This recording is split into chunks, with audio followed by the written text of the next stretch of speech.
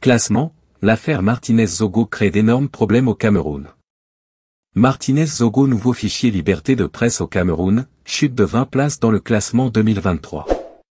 Dans le récent classement 2023 de Reporters sans frontières, RSF, le Cameroun fait face à une perte alarmante de 20 places, passant de la 118e à la 138e position. Cet indicateur souligne une détérioration significative de la liberté de la presse dans le pays, malgré un paysage médiatique réputé parmi les plus riches du continent.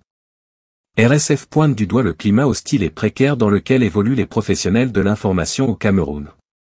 L'ONG cite l'enlèvement et l'assassinat de Martinez-Zogo en janvier dernier comme un exemple frappant des exactions contre les journalistes en 2023. RSF déplore également l'absence de clarté entourant cette affaire, alimentant des suspicions de manipulation dans l'instruction du dossier. L'arrestation de l'homme d'affaires Jean-Pierre Amougou Belinga, de l'ancien patron du contre-espionnage Maxime Eko et de son ancien collaborateur, le lieutenant-colonel Justin Dao, en lien avec cette affaire, suscite des interrogations. RSF souligne des soupçons de manipulation dans l'instruction de cette affaire, laissant planer des doutes sur l'équité du procès à venir. Le meurtre du journaliste anglophone Annie Ndenso est également évoqué dans la liste des exactions au Cameroun. Son assassinat en mai dernier à Bamenda, dans la région du Nord-Ouest, souligne les dangers croissants de la profession journalistique dans une région affectée par les activités des groupes armés sécessionnistes.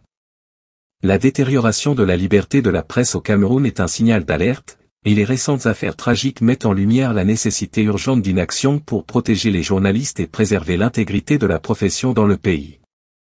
La communauté internationale et les défenseurs des droits de l'homme sont appelés à redoubler d'efforts pour contrer cette tendance préoccupante.